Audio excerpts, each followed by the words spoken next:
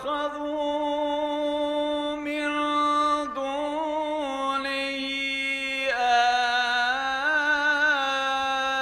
آلهة لا يخلقون شيئا وهم يخلقون.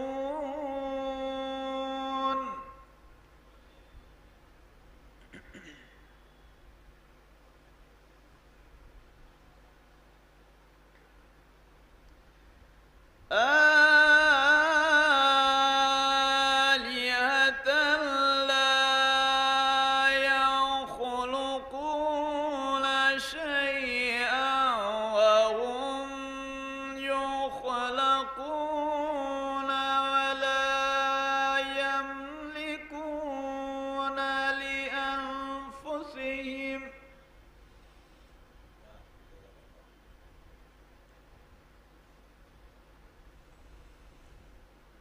ولا يملكون لأنفسهم ضرا ولا نفعا ولا يملكون.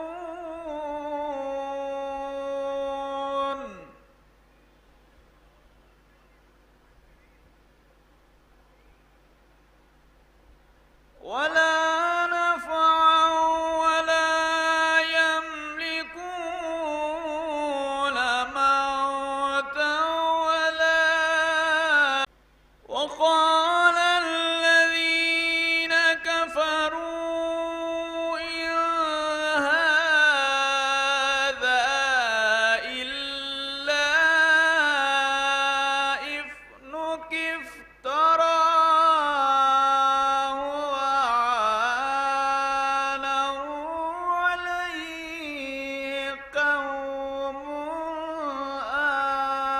آخرون.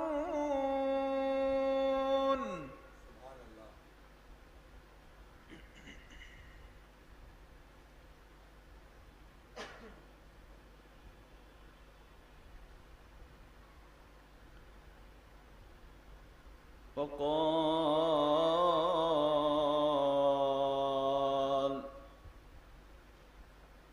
فقد جاءوا ظلما وزورا.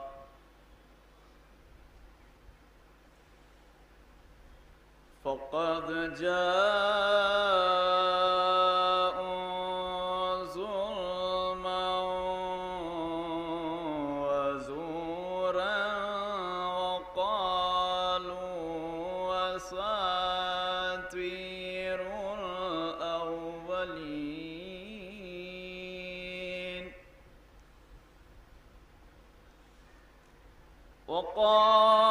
وقالوا أساطير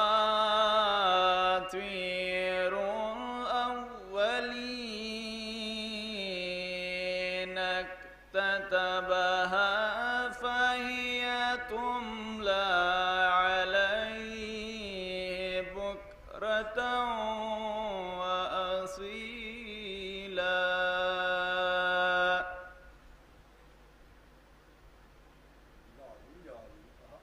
قل أنذره الذي يعلم السر في السماوات والأرض إنه كان غفورا رحيما. صدق الله العلي العظيم وصدق رسوله النبي الكريم. اللهم صل على محمد وآل محمد. اللهم صل على محمد وآل محمد. تلاوت کلام پاک سے باقاعدہ مجلس کا آغاز ہو چکا ہے۔ جو حضرات روضے کے صدر دروازے پر تشریف رکھتے ہیں ان کی خدمت میں دستبستہ گزارش ہے کہ فرش مجلس پر تشریف لے آئیں۔ اب میں پیشخوانی کے آغاز کے لیے سب سے پہلے دعوت سخن دوں گا مداح اہل بیت علی جناب زمن لکھنوی صاحب کی خدمت میں کہ تشریف لائیں اور بارگاہ مولا میں خراج عقیدت پیش فرمائیں۔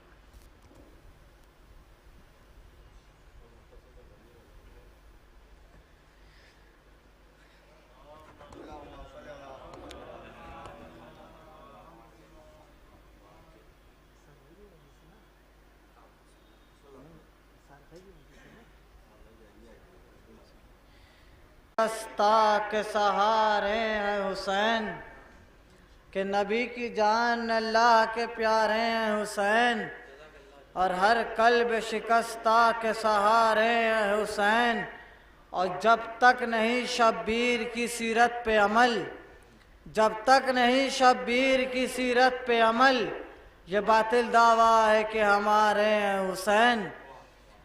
اور اسی کے ساتھ کہے کہ دل دھڑکتا ہے تو ماتم کی صدا آتی ہے کسی من میں کہ دل دھڑکتا ہے تو ماتم کی صدا آتی ہے، دل دھڑکتا ہے تو ماتم کی صدا آتی ہے، سانس لیتا ہوں تو عباس کے پرچم کی ہوا آتی ہے، کہ دل دھڑکتا ہے تو ماتم کی صدا آتی ہے، دل دھڑکتا ہے تو ماتم کی صدا آتی ہے، سانس لیتا ہوں تو عباس کے پرچم کی ہوا آتی ہے۔ نعرہ صلوات۔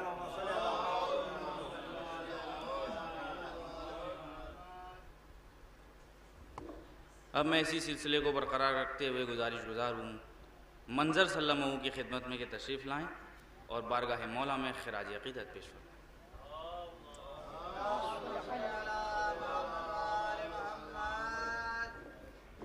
بر محمد و آل محمد صلوات۔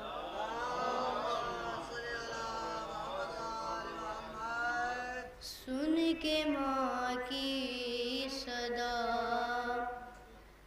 دل تڑپنے لگا، رو کے شبیر نے فاطمہ سے کہا، ہے کیوں چھوڑ جاتی ہے ماں، کیوں چھوڑ جاتی ہے ماں، ہے کیوں چھوڑ جاتی ہے ماں، کیوں پکڑ کر چلایا سینے سے تم نے لگایا، ان 3 سالوں میں اماں تم نے بہت کچھ سکھایا، ماں سے بچھڑ کے جیتے ہیں کیسے، کیا یہ سکھاتی ہے ماں، کیوں چھوڑ جاتی ہے ماں، کیوں چھوڑ جاتی ہے ماں، دروازہ جب سے گرا ہے پہلو شکستہ ہوا ہے، ٹوٹی ہوئی پسلیاں ہیں، شبیر سب جانتا ہے، تکلیف میں ہوں بچوں کو اپنے کب یہ بتاتی ہے ماں، کیوں چھوڑ جاتی ہے ماں، ہے کیوں چھوڑ جاتی ہے ماں، کیوں چھوڑ جاتی ہے ماں، بر محمد و آل محمد صلی اللہ علیہ وسلم۔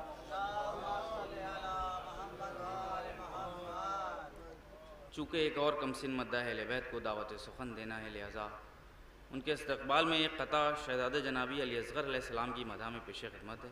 سماعت کیجیے گا فرقان بھائی، حیدر رضا بھائی، دیکھیے گا خوشنود بھائی کہ میان جنگ تمہارا وہ مختصر خطبہ، ایک انقلاب پس انقلاب ہے اصغر، میان جنگ تمہارا وہ مختصر خطبہ، ایک انقلاب پس انقلاب ہے اصغر۔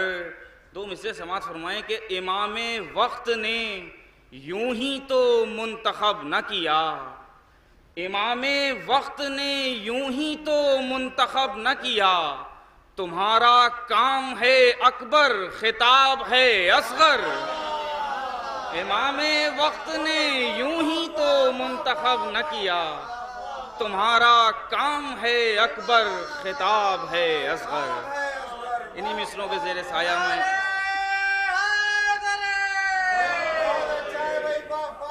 انتہائی ادب و احترام کے ساتھ گزارش گزار ہوں کم سن مداح اہل بیت عالی جناب ایان جواد صلی اللہ علیہ وسلم کی خدمت میں کہ جلوہ افروز ممبر ہوں اور بارگاہ مولا میں منظوم خراج عقیدت پیش ہوں۔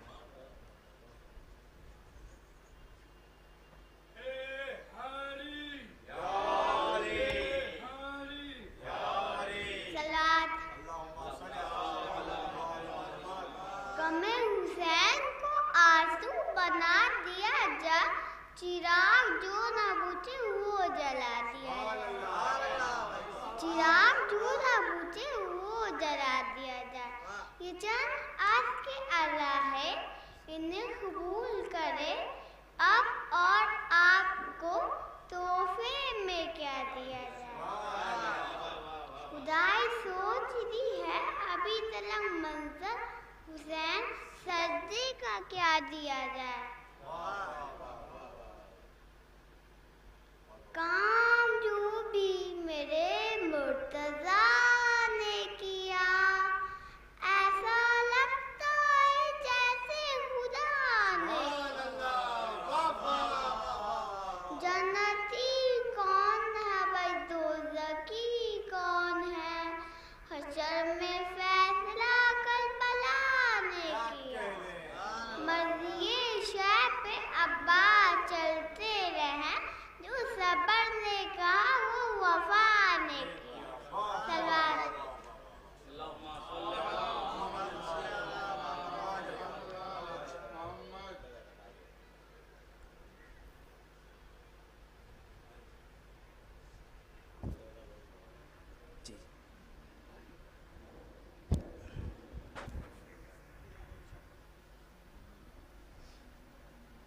بس ایک مطلب اور 3-4 شعر برائے شرکت پیش خدمت ہیں۔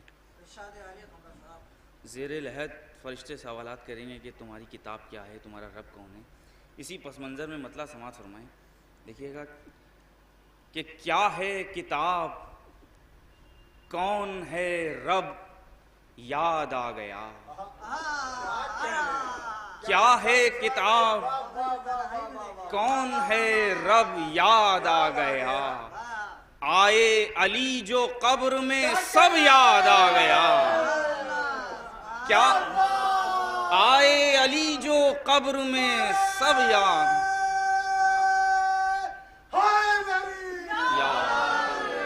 کیا ہے کتاب، کون ہے رب، یاد آ گیا۔ آئے علی جو قبر میں سب یاد آ گیا۔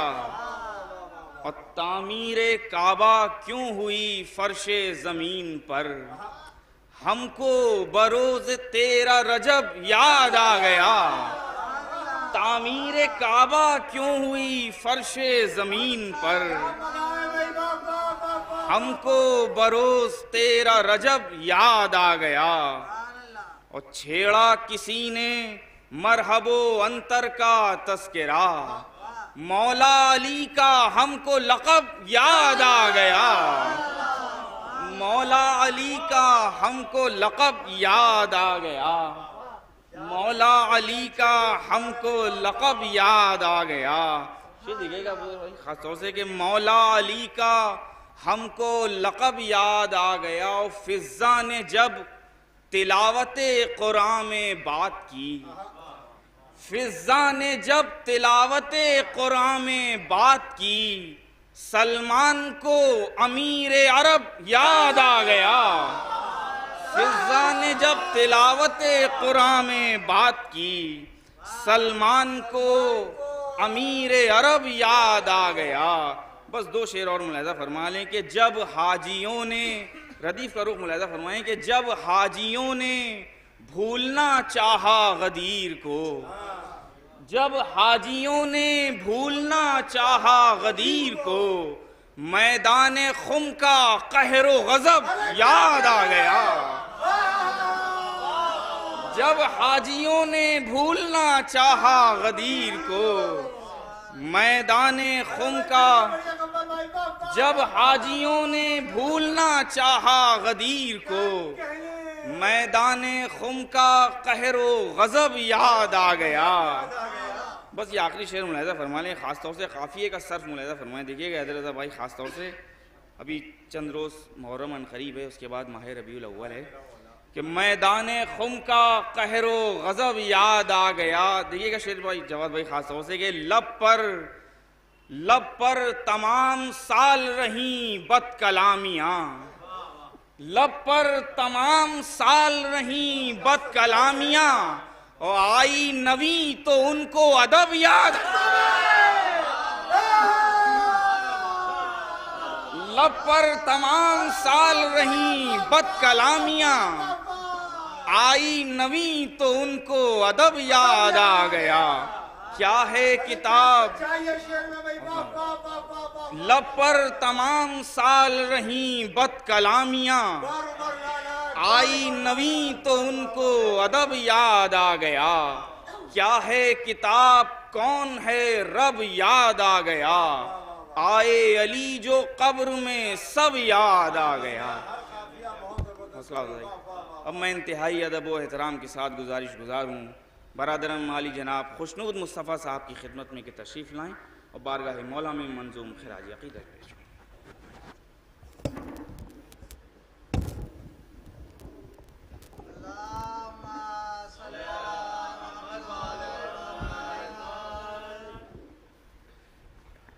برائے تعزیر ظہور امام زبانار سامنار صلوات۔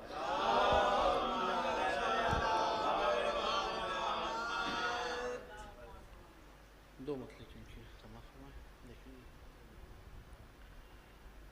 کہ منظر میں نہیں ہے پاسے، منظر میں نہیں ہے،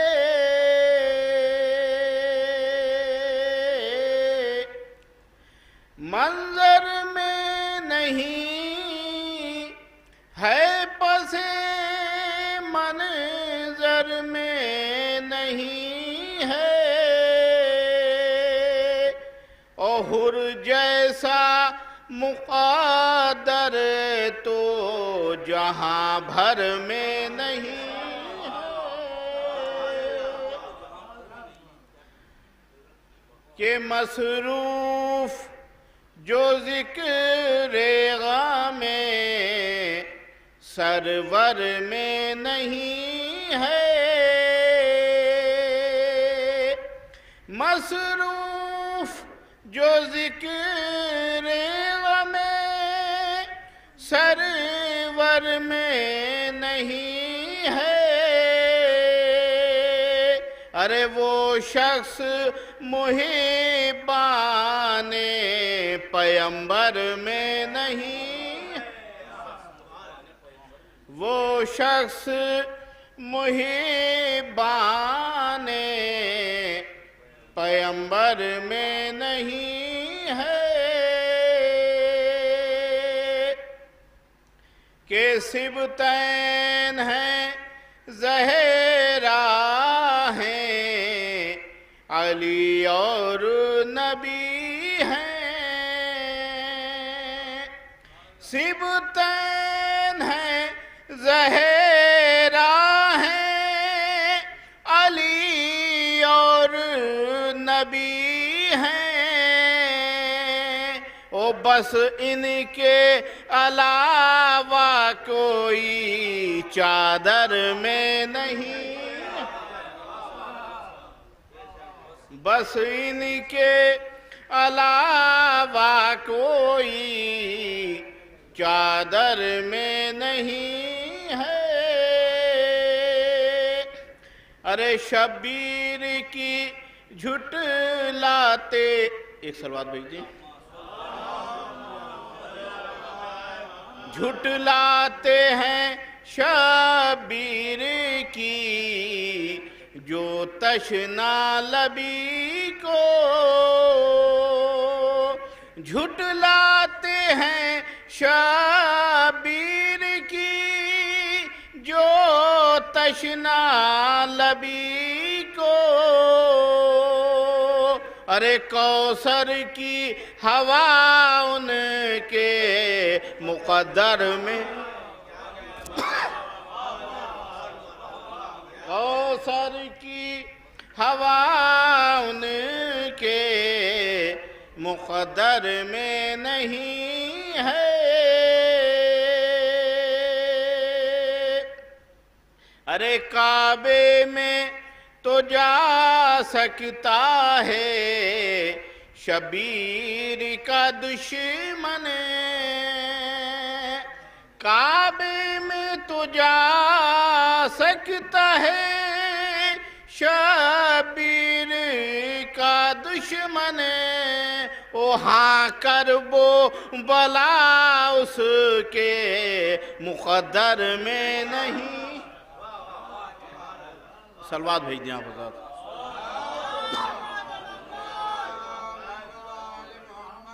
ہاں کرب و بلا اس کے مقدر میں نہیں ہے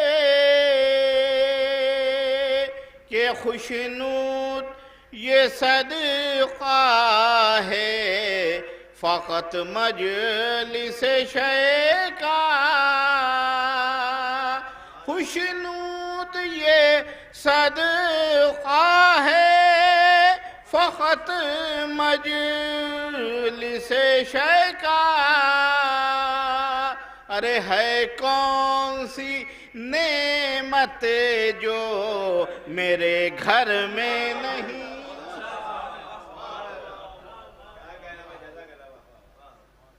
خوشنود یہ صدقہ ہے فقط مجلس شیخ کا، ہے کون سی نعمت جو میرے گھر میں نہیں ہے. بہترین کلام پیش فرما رہے تھے شاعر اہل بیت علی جناب خوشنود مصطفیٰ صاحب. اب میں انتہائی ادب و احترام کے ساتھ گزارش گزار ہوں پیشخانی کی آخری کڑی شاعر انجمن شہیدان کربلا بہترین ناظم علی جناب سید حیدر رضا لکھنوی صاحب کی خدمت میں کہ تشریف لائیں اور بارگاہ مولا میں منظوم خراج عقیدت پیش فرمائیں.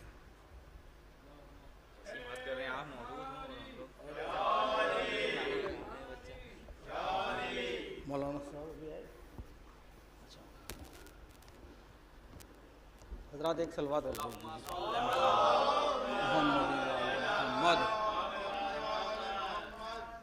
اولاً ایک مطلع اور ایک شعر عرض کر رہا ہوں کہ مختلف انداز ہیں ماتم کے جذبہ ایک ہے. مختلف انداز ہیں ماتم کے جذبہ ایک ہے. ہم عزاداروں کا دنیا میں قبیلہ ایک ہے. مختلف انداز ہیں ماتم کے جذبہ ایک ہے. ہم عزاداروں کا دنیا میں قبیلہ ایک ہے. اور چن لیا شبیر نے حر کو شہادت کے لیے. چن لیا شبیر نے حر کو شہادت کے لیے. پتھروں کے ڈھیر میں شفاف ہیرا ایک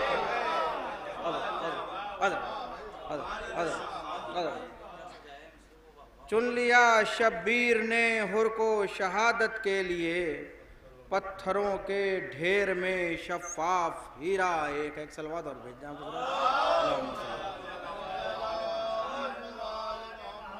چند اشعار ایک سلام کے ہیں اس کے بعد غزل فرمائیں گے کہ وہ علاقے ہمیں ہموار دکھائی دیے ہیں. وہ علاقے ہمیں ہموار دکھائی دیے ہیں جس جگہ شاہ کے غمخوار دکھائی دیے. جس جگہ شاہ کے غمخوار دکھائی دیے ہیں. شعر عرض کر رہا ہوں ملاحظہ فرمائیں گے کہ اشک موتی نہیں بنتے غم سرور کے سوا. اشک موتی نہیں بنتے غم سرور کے سوا. قطرے پانی کے تو 100 بار دکھائی دیے ہیں. اشک موتی نہیں بنتے غمِ سرور کے سوا، قطرے پانی کے تو 100 بار دکھائی دیے ہیں۔ اب شعراء ملاحظہ فرمائیں کہ پھول سینوں پر نشاں ماتم شبیر کے ہیں، پھول سینوں پر نشاں ماتم شبیر کے ہیں، تاج ہیں قما کے جو وار دکھائی دیے ہیں۔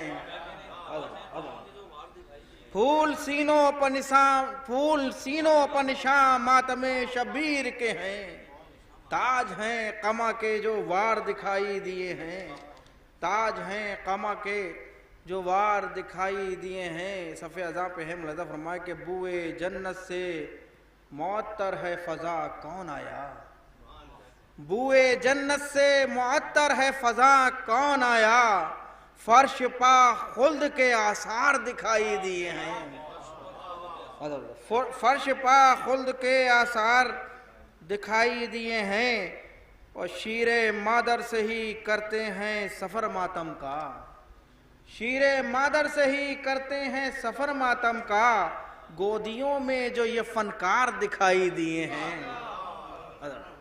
گودیوں میں جو یہ فنکار دکھائی دیے ہیں، گودیوں میں جو یہ فنکار دکھائی دیے ہیں۔ دیکھیں ایک شعر چھوٹے جا رہا تھا، بہت خاص ہے، ملاحظہ فرمائیں کہ ان کی بنیاد میں رہتی ہے دعائے زہرا، ان کی بنیاد میں رہتی ہے دعائے زہرا، یہ عزا خانے جو تیار دکھائی دیے ہیں، یہ عزا خانے جو تیار دکھائی دیے ہیں۔ آخری شعر کے ساتھ لائی نئے غنچوں کو بہار ماتم، ساتھ لائی نئے غنچوں کو بہار ماتم، ننھے ننھے سے علمدار دکھائی دیے ہیں،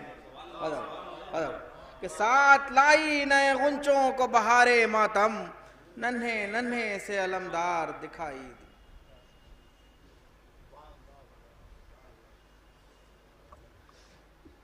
حضرات میں بہت ہی معذرت خواہ ہوں کہ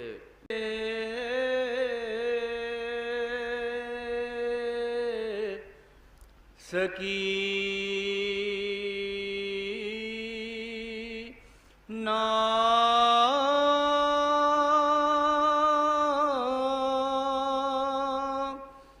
گھر چلو،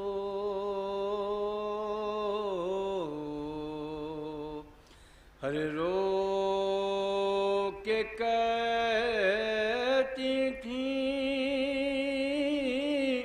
یہ مادر اے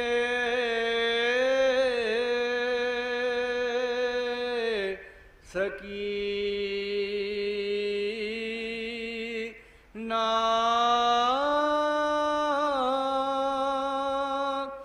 گھر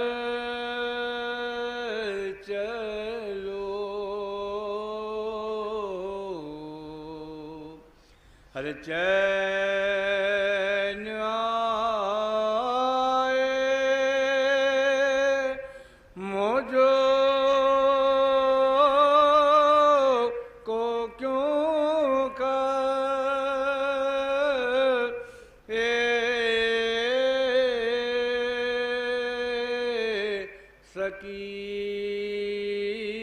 سکینہ گھر چلو،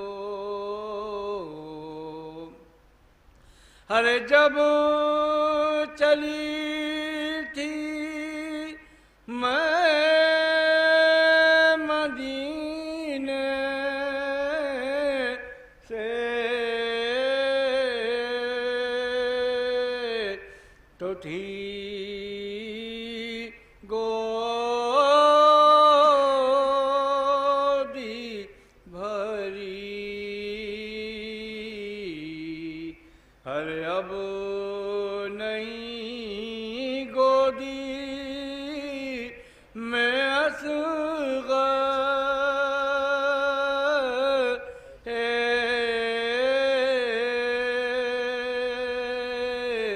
سکینہ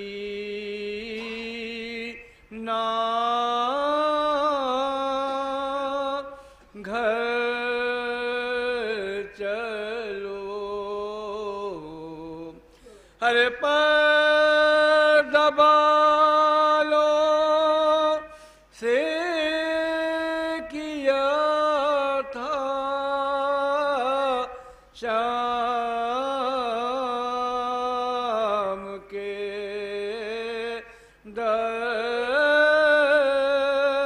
دربار میں ہر مل گئی ہے ہم کو چادر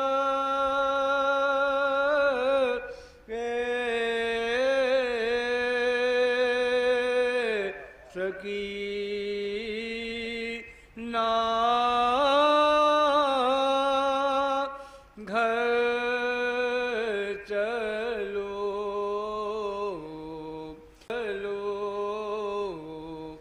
ارے تم اکیلی ہو یا بابا کسی نہ بھی نہیں ہر چھوڑ کر جاؤں میں کس پر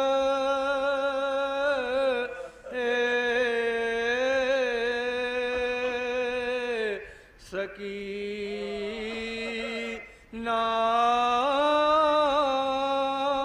گھر چلو ہر تم کا کرتی ماں کب وطن جائیں گے ہم ارے چلو چلو ارے رو کے کہتی تھی یہ مادر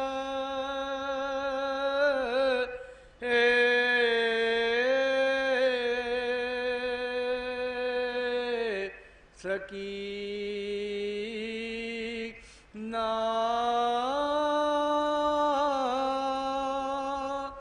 گھر چلو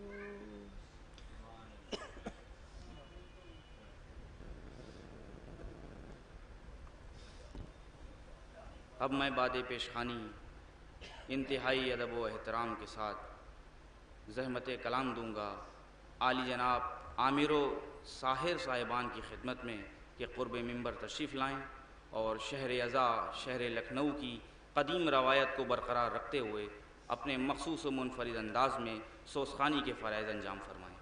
آپ حضرات سے گزارش ہے کہ بآواز بلند نعرہ صلوات سے ان کا استقبال کریں۔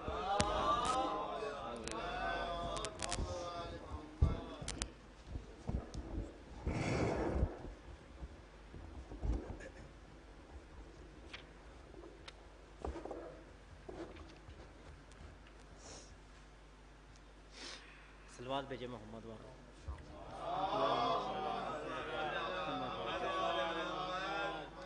شہزادی کے حوالے سے ایک مطلع اور 4 سے 5 اشعار ایک سلوات پڑھیں یہاں پر محمد والے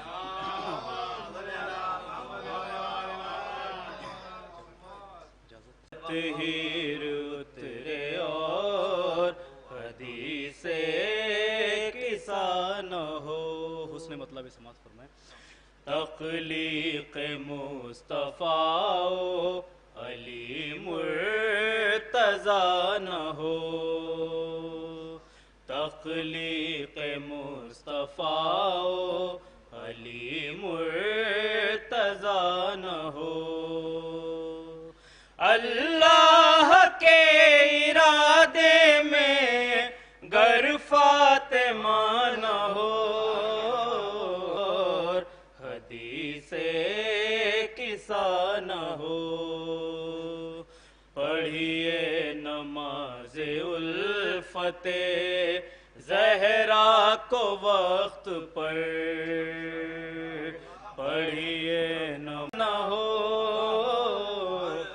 تطہیر اترے اور حدیث کسا نہ ہو،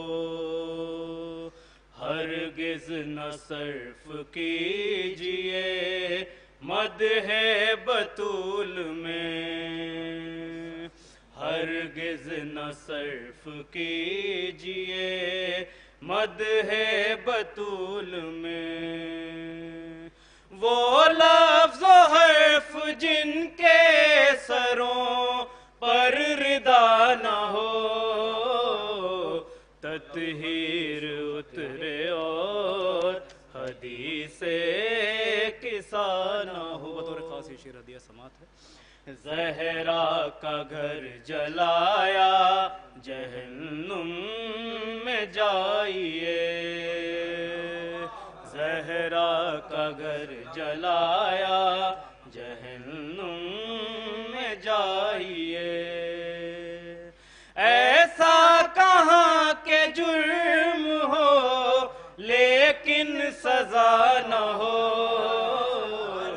تطہیر اترے اور حدیث کسا نہ ہو، مومن ہے کون کون، منافق ہے کون کون، مومن ہے کون کون، منافق ہے کون کون، ذکر فدق کو چھیڑیے گر آزمانا ہو،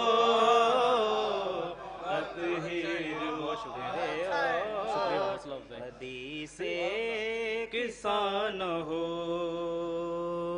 مومن ہے کون کون، منافق ہے کون کون، مومن ہے کون کون، منافق ہے کون کون، ذکر فدق کو چھیڑیے گر آزمانا ہو، تطہیر اترے اور حدیث کسا نہ ہو۔ بطور خاص یہ شعر ہدیہ سماعت ہے۔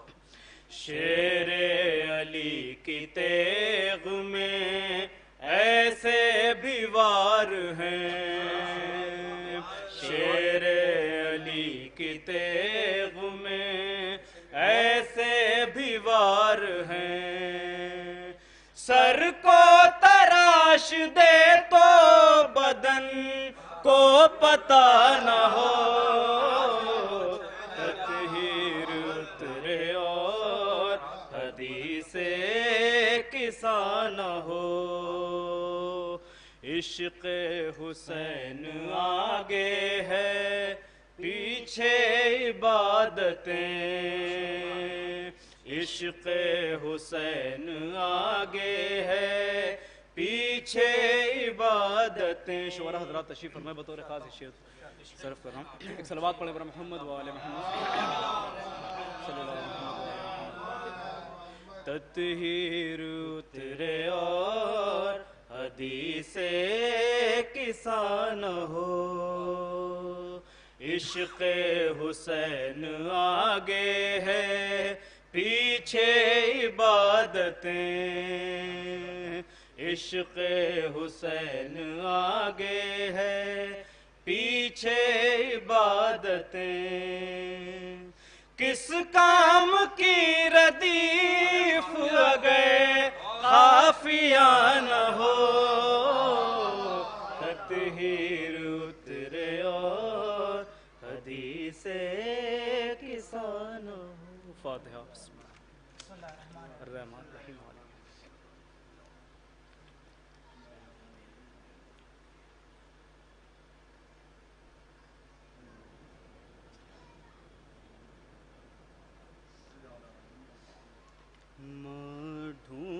ڈھونڈتی رہی پانی ملا تو پیاس کو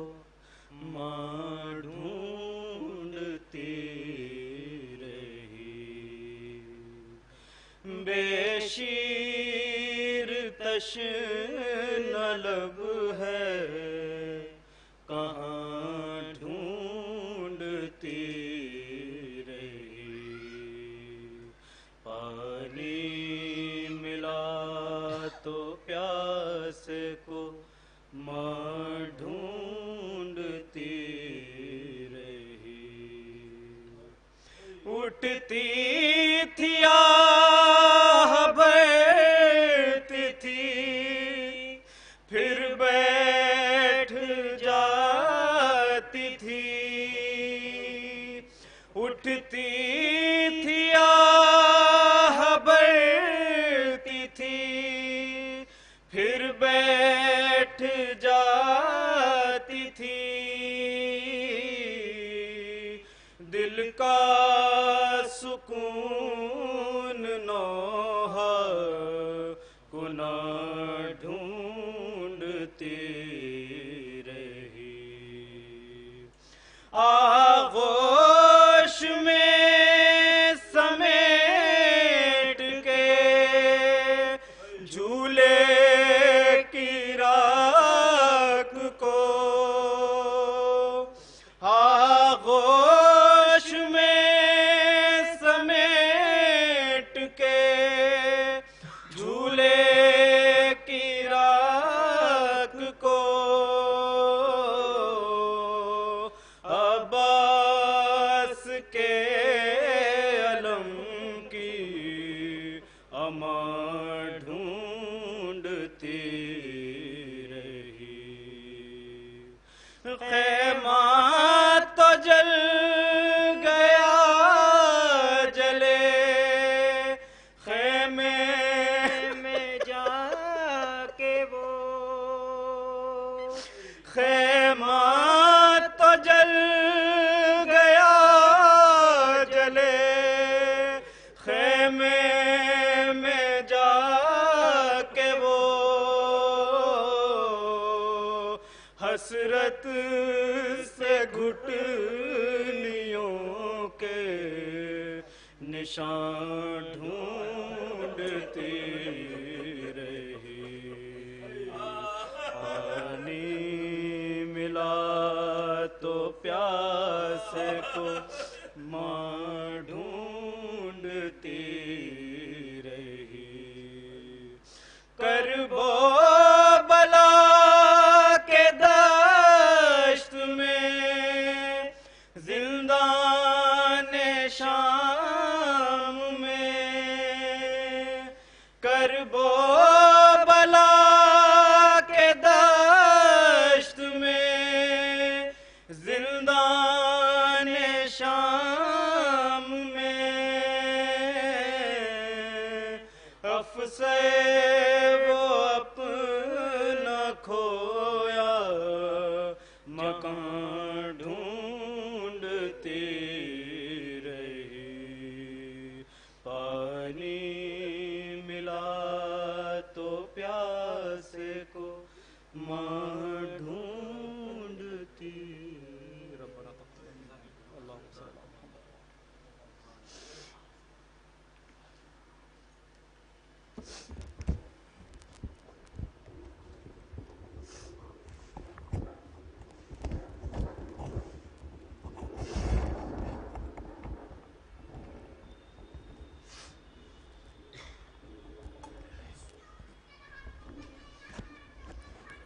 حاضرین، میں ایک بار پھر مکرر گزارش گزاروں کہ جو حضرات باہر تشریف رکھتے ہیں اگر فرش مجلس پر تشریف لے آئیں تو بہت بہتر ہوگا۔ اب میں بغیر کسی مزید تمہید کے انتہائی ادب و احترام و خلوص کے ساتھ دستبستہ گزارش گزار ہوں بین الاقوامی شہرت یافتہ خطیب آل پیغمبر عالی جناب مولانا سید عنبر عابدی صاحب قبلہ کی خدمت میں کہ تشریف لائیں اور اپنے مخصوص و منفرد انداز میں اس دیسے کی مجلس کو خطاب فرمائیں۔ بآواز بلند نعرہ صلوات اللہم صل علی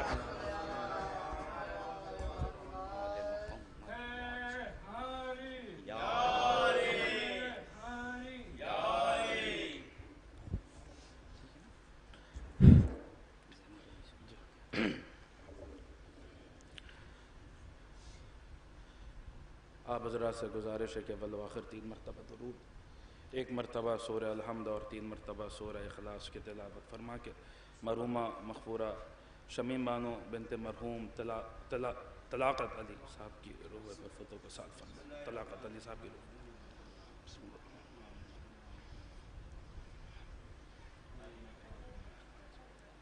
بسم اللہ الرحمن الرحیم. بسم اللہ الرحمن الرحیم.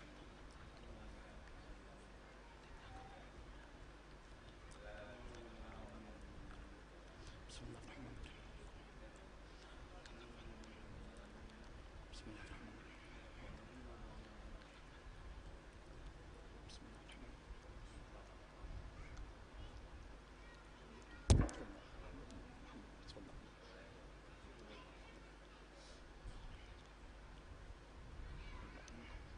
فاتحہ.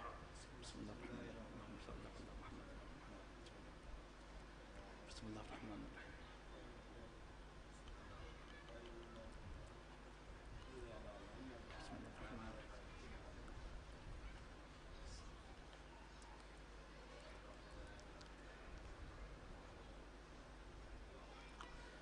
لا حول ولا قوة إلا بالله العلي العظيم. أعوذ بالله السميع العليم من الشيطان الرجيم. بسم الله الرحمن الرحيم. الحمد لله الذي لا يبلغ مدحته القائلون والصلاة والسلام على أصل الأصول وعقل العقول كنز الكنوز والرمز الرموز حقيقة الكتاب وسر الألباب شرف الطاف هادينا عن الضلالة ومخرجنا من الجهالة سيدنا ونبينا وشفيعنا وقائدنا ومربينا أبي القاسم محمد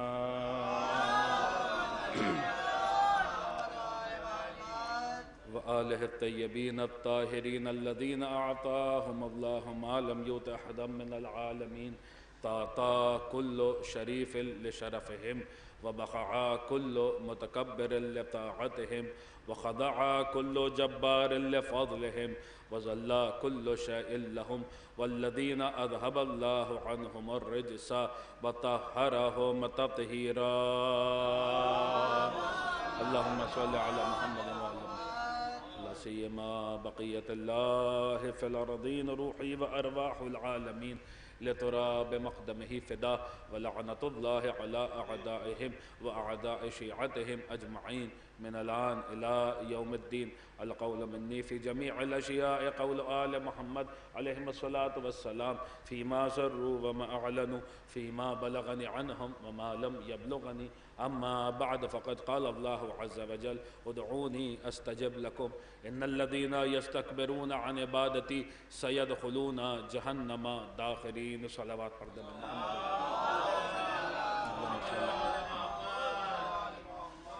اس مجلس اعزا کی قبولیت کے لیے معصومین کی تشریف آوری کے لیے اس کی روحانیت میں مزید اضافے کے لیے دل کی گہرائیوں سے ایک بلند ترین صلوات ارشاد فرما دیں. اللہم صلی علی محمد وآل. عزیزان گرامی قدر، چونکہ مجلس اعزا بغرض ایصال ثواب منعقد کی جا رہی ہے، ہم نے آپ حضرات کی خدمت میں، اور یہ بارگاہ روضہ کاظمین میں مجلس ہو رہی ہے، بارگاہ باب الحوائج میں، چونکہ یہ مجلس ہو رہی ہے، اسی مناسبت سے ہم نے آپ حضرات کی خدمت میں جیسائے وافل ہدایہ کی تلاوت کا شرف حاصل کیا.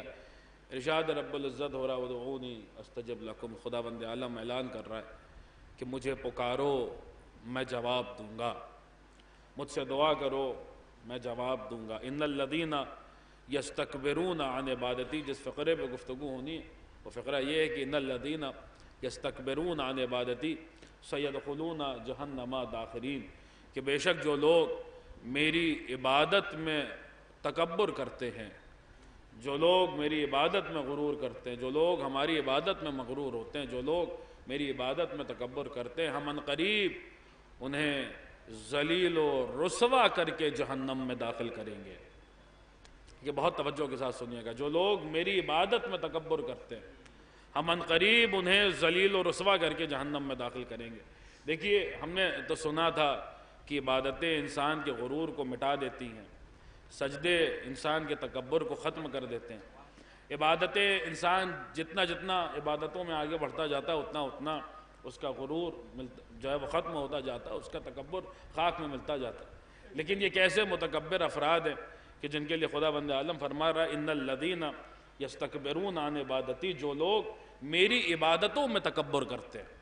یعنی خدا یہ نہیں کہہ رہا کہ یہ لوگ عبادتیں انجام نہیں دیتے، نہیں، یہ نمازیں بھی پڑھتے ہیں، یہ روزے بھی رکھتے ہیں، یہ حج بھی کرتے ہیں، یہ اچھے اچھے اعمال انجام دیتے ہیں، مگر اس کے باوجود نمازیں پڑھتے ہیں مگر نمازوں میں مغرور ہیں، روزے رکھتے ہیں مگر روزوں میں متکبر ہیں۔ بہت توجہ، حج کرتے ہیں مگر حج ان کا متکبرانہ حج ہے، جو عبادتیں انجام دیتے ہیں ان عبادتوں میں تکبر پایا جاتا ہے۔ انسان عبادتوں میں کیسے متکبر ہو سکتا ہے؟ دیکھیے یہ سوال تشنہ جواب رہتا اگر تفاسیر اہل بیت کا سہارا نہ ہوتا، اگر قرآن کے وارث موجود نہ ہوتے اور قرآن کے ان مفاہیم سے پردہ اٹھانے والے یہ ہستیاں موجود نہ ہوتی۔ جب ہم نے آل محمد کی بارگاہ میں رجوع کیا کہ یہاں کون سے افراد مراد ہیں، بہت توجہ، یہاں ایسے کون سے افراد مراد ہیں کہ جن کے لیے خدا بند عالم فرما رہا ہے جو لوگ میری عبادت میں تکبر کرتے ہیں، اور پھر ان کے لیے اتنا بڑا وعدہ ہے کہ ہم عنقریب ایسوں کو ذلیل اور رسوا کر کے جہنم میں داخل کریں گے۔ تو یہاں پر یہ کون سے عبادت گزار ہیں، یہ کون سے عبادتیں انجام دینے والے ہیں؟ تو جو جواب ملا اس کا خلاصہ، اس کا ماحصل یہ ہے کہ جو روایات اہل بیت میں ملا اس کا خلاصہ، اس کا ماحصل یہ ہے کہ یہاں پر خدا بند عالم ایسے عبادت گزاروں کا ذکر کر رہا ہے، بہت توجہ، ایسے عبادت گزاروں کا ذکر کر رہا ہے جو لوگ عبادتیں تو کرتے ہیں مگر دعا نہیں کرتے۔ بہت توجہ، جو لوگ عبادت تو انجام دیتے ہیں مگر دعا نہیں کرتے۔ یعنی ایک بات سمجھ میں آئی کہ اللہ ایسی نمازوں کو تکبر والی نمازیں شمار کرتا ہے جن نمازوں میں دعا نہ ہو، اللہ ایسے سجدوں کو غرور والے سجدے شمار کرتا ہے جن سجدوں میں دعا نہ ہو، اللہ ایسے روزوں کو تکبر والے روزے شمار کرتا ہے جن روزوں میں دعا نہ ہو۔ دیکھیے بات جو ہے وہ نتیجہ آپ کی سماعتوں کی نظر کرنے جا رہا ہوں، اللہ ایسی عبادتوں کو تکبر والی عبادتیں شمار کرتا ہے جن عبادتوں میں دعا نہ ہو، پھر وعدہ کر رہا میں ایسوں کو ذلیل اور رسوا کر کے جہنم میں داخل کریں گے۔ یعنی ایک بات سمجھ میں آئی کہ اللہ کو نماز سے زیادہ نمازی کی دعا پسند ہے، روزے سے زیادہ روزہ دار کی دعا پسند ہے، حج سے زیادہ حاجی کی دعا پسند ہے، صدقے سے زیادہ صدقہ ادا کرنے والوں کی دعا پسند ہے، اچھے اچھے کاموں سے زیادہ اچھے اچھے کام کرنے والوں کی دعا پسند ہے۔ اللہ کو نمازی کی دعا پسند ہے، روزہ دار کی دعا پسند ہے، حاجی کی دعا پسند ہے، نمازی کی دعا پسند ہے، مومنین کی دعا اللہ پسند کرتا ہے، متقین کی دعا اللہ پسند کرتا ہے، اللہ کو زاہدین کی دعا پسند ہے، سائرین و سالکین کی دعا پسند ہے۔ آپ حضرات اگر متوجہ ہیں، میں اس بحث کا خلاصہ آپ کی سماعتوں کی نظر کروں، المختصر یہ اللہ کو مومنین کی دعا پسند ہے۔ پھر سنیے، اللہ کو مومنین کی دعا پسند ہے۔ اب سوچئے گا جس اللہ کو مومنین کی دعا اتنی پسند ہے اس اللہ کو امیر المومنین کی دعا کتنی پسند آئی ہوگی؟ دیکھیں اہل زبان تشریف فرما ہے، شعراء کرام تشریف فرما ہے، باب الحوائج کی بارگاہ میں بیٹھے ہوئے ہیں، انہی باب الحوائج کی بارگاہ سے ایک اور باب الحوائج کی بارگاہ میں چلتے ہیں۔ جس اللہ کو مومنین کی دعا اتنی پسند ہے اس اللہ کو امیر المومنین کی دعا کتنی پسند آئی ہوگی؟ ہاں اس خدا کو امیر المومنین کی دعا اتنی ہی پسند آئی کہ جس کا وجود علی کی دعا کا پیکر تھا، جو سر سے لے کر پاؤں تک علی کی دعا تھا، جس کا وجود امیر المومنین کی دعا کا پیکر تھا، وہ ذات علی کو اتنی پسند، وہ ذات خدا کو اتنی پسند آئی کہ خدا نے اس ذات کو بعض معاملات میں اپنی صفات کا مظہر بنا دیا، اپنے صفات کا آئینہ بنا دیا، اپنے صفات کو اس ذات میں جلوہ کر دیا۔ کیوں آپ نے غور نہیں کیا؟ وہ بھی بنا ہاتھوں کے عطا کرتا ہے، یہ بھی بنا ہاتھوں کے عطا کرتا ہے۔ وہ قاضی الحاجات تھا لہٰذا اسے باب الحوائج بنا دیا، وہ ذو الفضل تھا تو اسے ابو الفضل بنا دیا۔ ایک صلوات پڑھ دیں بر محمد و آل۔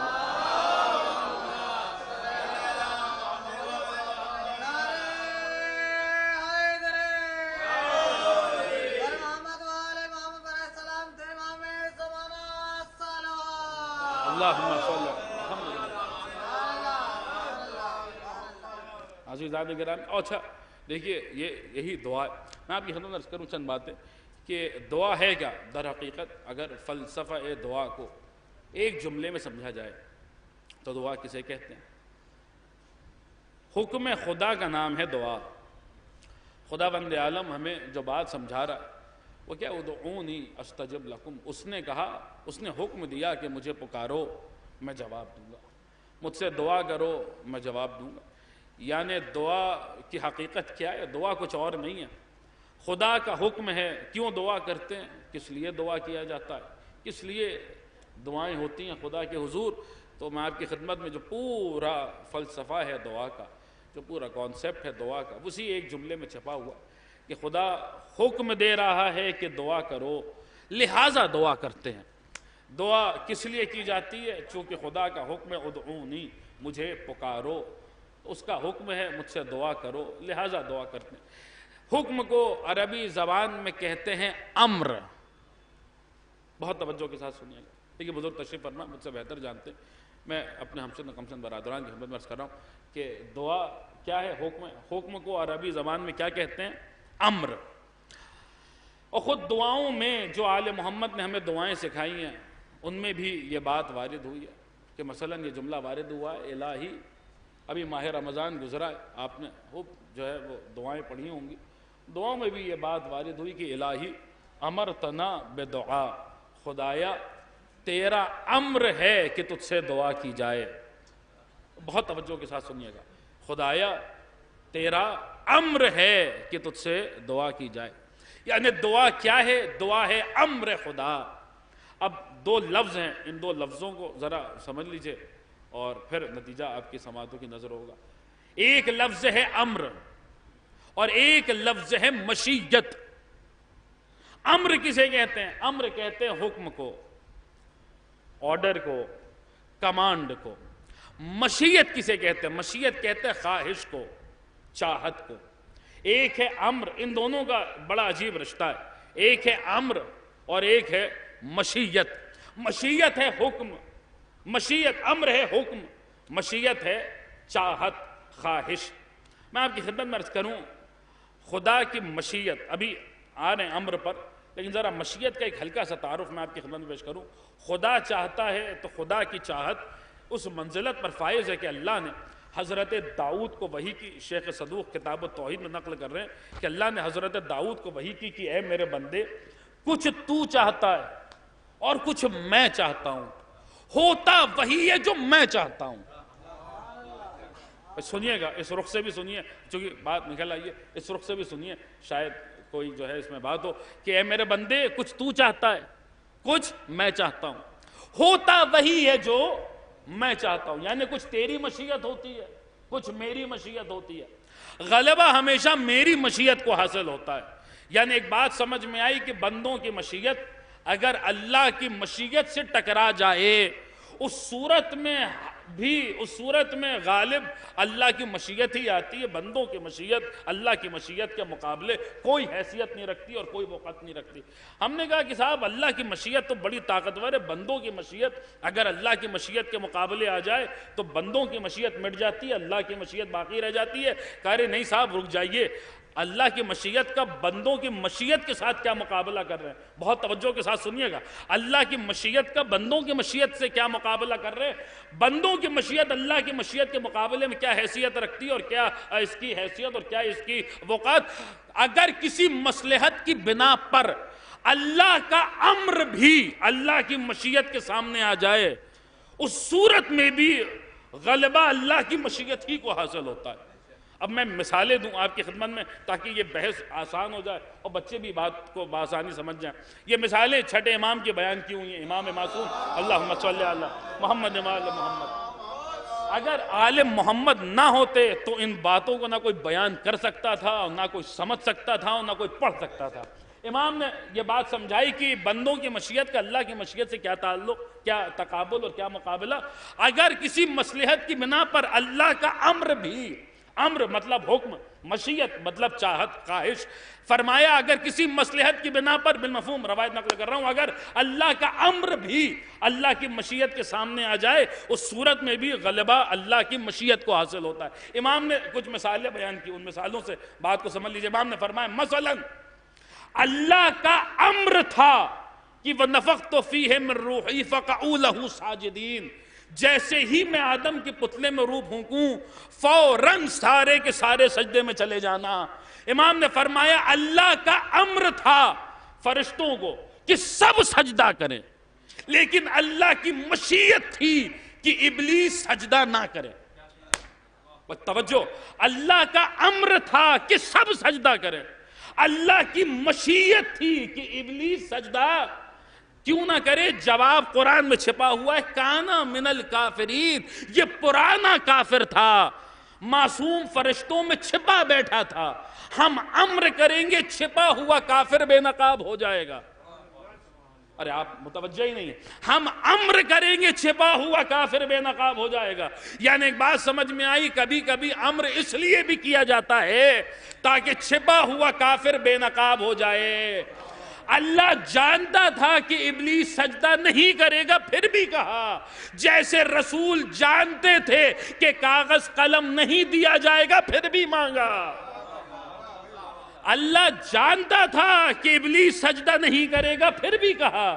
جیسے رسول جانتے تھے کہ کاغذ قلم نہیں دیا جائے گا، پھر بھی مانگا. تو جو سوال وہاں پیدا ہوگا وہی سوال یہاں پیدا ہوگا، اور جو جواب وہاں پہ دیا جائے گا وہی جواب یہاں پہ دیا جائے گا.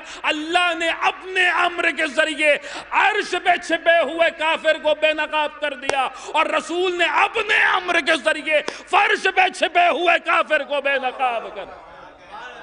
ایک صلوات پڑھ دیں بر محمد و آل.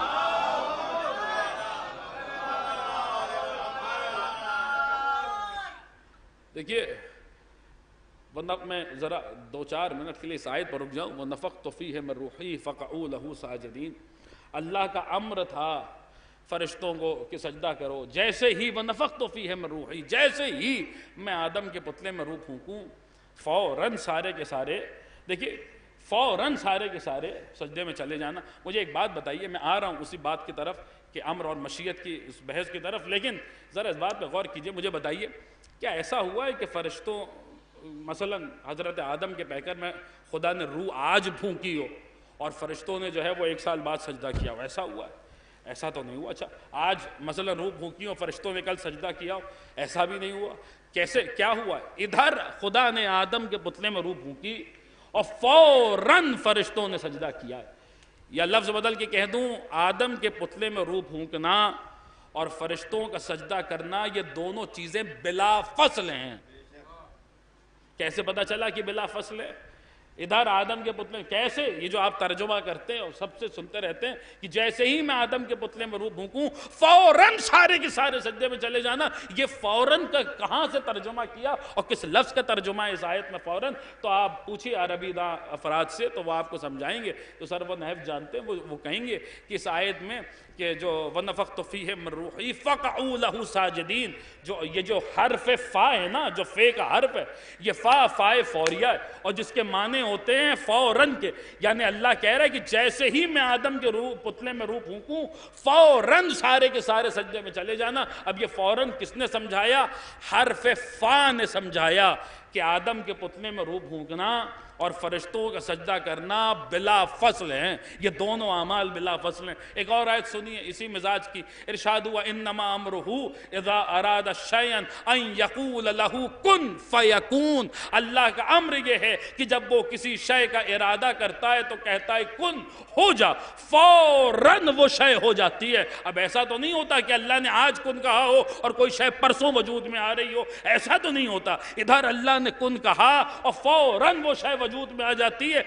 تو یہ فوراً کیسے سمجھ میں آ رہا ہے کہ اللہ کا کن کہنا اور کسی شے کا یکون ہو جانا، ان دونوں کے درمیان کوئی فاصلہ نہیں ہے. کیسے سمجھ میں آیا؟ وہی حرف فا جو وہاں آیا تھا، وہی حرف فا کن اور یکون کے درمیان میں آ رہا ہے. انما امرہ اذا اراد شیئا ان یقول لہ کن فیکون. حرف فا نے بتایا کہ اللہ کا کن کہنا اور کسی شے کا یکون ہو جانا یہ دونوں چیزیں یہ بلا فصل ہیں، ان دونوں کے درمیان کوئی فاصلہ نہیں۔ ایک اور آیت لیے، مثلا حضرت موسیٰ علیہ السلام کے واقعے میں کہا جا رہا ہے کہ ارشاد ہوا کہ فقل ایک صلوات پڑھنا ہے حضرات محمد و آل محمد،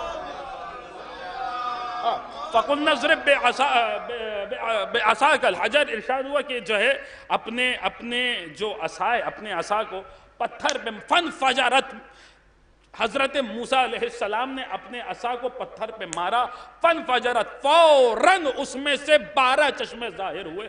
ابھی جو موسیٰ نے عصا آج مارا ہے تو ایسا تو نہیں ہوا ہے کہ کل چشمے نکلے ہوں یا پرسوں چشمے جاری ہوئے ہوں، نہیں، ادھر حضرت موسیٰ کا عصا پتھر پہ لگا ہے اور فوراً 12 چشم کے پتلے میں روح کا پھونکا جانا اور فرشتوں کا سجدہ کرنا، یہ بلا فصل ہے۔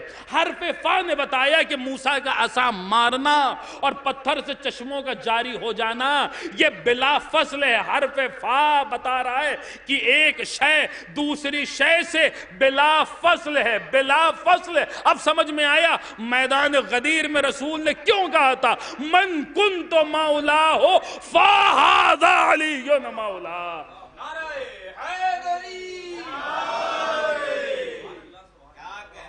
دیکھیے آپ جیسے سن رہے ایسے ہی سنتے رہیے اور میں آپ کی خدمت میں بس 2-4 باتیں اور بیان کر دوں، اس بحث کو تمام کروں۔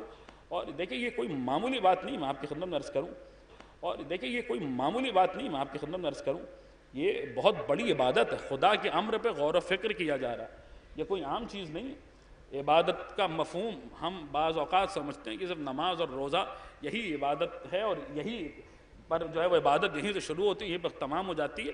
یہ ہمارے اور آپ کے 11ویں امام حسن عسکری علیہ السلام کا ارشاد ہے۔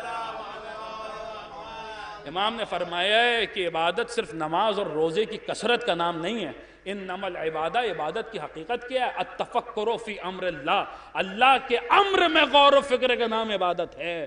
امر خدا میں غور و فکر کا نام عبادت ہے۔ آپ سوچئے جب امر میں غور کرنا اتنی بڑی عبادت ہے تو اول الامر کے فضائل میں غور کرنا کتنی بڑی عبادت ہوگی۔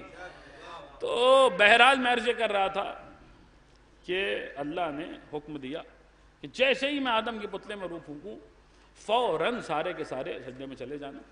تو اللہ کا امر تھا کہ سب سجدہ کریں، لیکن اللہ کی مشیت تھی کہ ابلیس سجدہ نہ کرے۔ کیوں نہ کرے؟ وجہ بتائی معصوم نے، اور قرآن نے وجہ بتائی کہ کانا من الکافرین، یہ تو چھپا ہوا کافر تھا، یہ پرانا کافر تھا، معصوم فرشتوں کے درمیان چھپا ہوا۔ ہم چاہ رہے ہیں کہ امر کریں اور اس کا کفر بے نقاب ہو جائے۔ عزیزان گرامی، امر اور مشیت آمنے سامنے آئے کسی مصلحت کی بنا پر تو غلبہ اللہ کی مشیت ہی کو حاصل ہوا۔ ایک اور مثال لیجئے، یہ بھی امام معصومی نے بیان کی۔ امام نے فرمایا اللہ کا امر تھا ابراہیم کو کہ اسماعیل کو ذبح کر دیں۔ متوجہ ہیں؟ اللہ کا امر تھا کہ اسماعیل ذبح ہو جائیں، لیکن اللہ کی مشیت تھی کہ اسماعیل بچ جائیں۔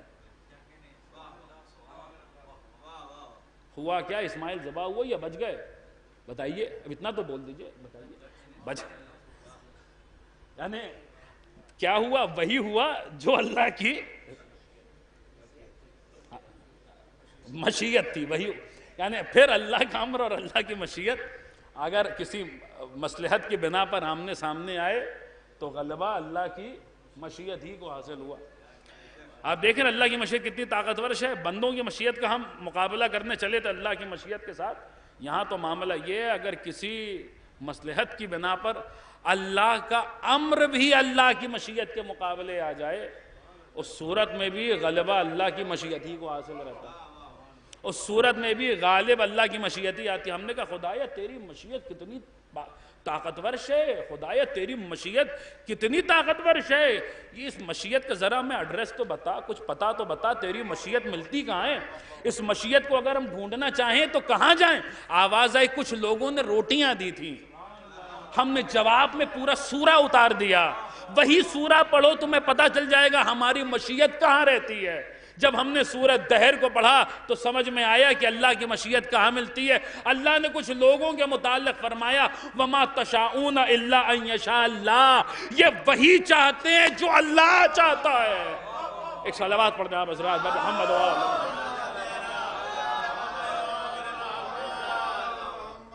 یہ وہی چاہتے ہیں جو اللہ چاہتا ہے، ان کی وہی مشیت ہے جو اللہ کی مشیت ہے، ان کی مشیت اللہ کی مشیت سے جدا نہیں ہے۔ یعنی اگر تمہیں اللہ کی مشیت تک پہنچنا ہے تو ان لوگوں کی چوکھٹ تک پہنچ جاؤ، ان لوگوں کے در تک پہنچ جاؤ کہ جنہوں نے خدا کی راہ میں 3 دنوں تک مسلسل روزے رکھے، کبھی یتیم کو یطعمون الطعام علی حبہ مسکینا و یتیما و اسیرا، کبھی مسکین کو روٹی دی اور کبھی یتیم کو روٹی دی اور کبھی اسیر کو روٹی دی۔ عزیزان گرامی، اس قرآن کی آیت نے وہ بنیاد رکھی جس بنیاد پر مختلف زمانے میں مختلف ائمہ نے مختلف فرامین ارشاد فرمائے۔ اسی آیت کو بنیاد بنا کر سنیے۔ مثلا ہمارے زمانے کے امام کا ارشاد ہے، کتاب احتجاج میں موجود ہے کہ حضرت نے فرمایا اللہ کی مشیت کہاں رہتی ہے؟ سنیے ہمارے زمانے کے امام کا فرمان، اللہ کی مشیت کہاں ملتی ہے؟ کیا جملے امام کے! مولا اپنے لوح دل پر تحریر کیجئے گا ان کلمات نورانیہ کو۔ مولا فرماتے ہیں ہمارے قلوب مشیت الہی کے ظروف ہے۔ ٹھیک ہے، اہل زبان تشریف فرمائیں، بالخصوص ان کی توجہ چاہ رہا کہ ہمارے دل اللہ کی مشیت کے ظرف ہے، ظرف۔ اب آئیے، یہ آخری امام کا ارشاد ہے، پہلے امام پر آئیے۔ امیر المومنین نے ایک حدیث ارشاد فرمائی، جس حدیث کو حدیث ہے اللہم صلی علی محمد۔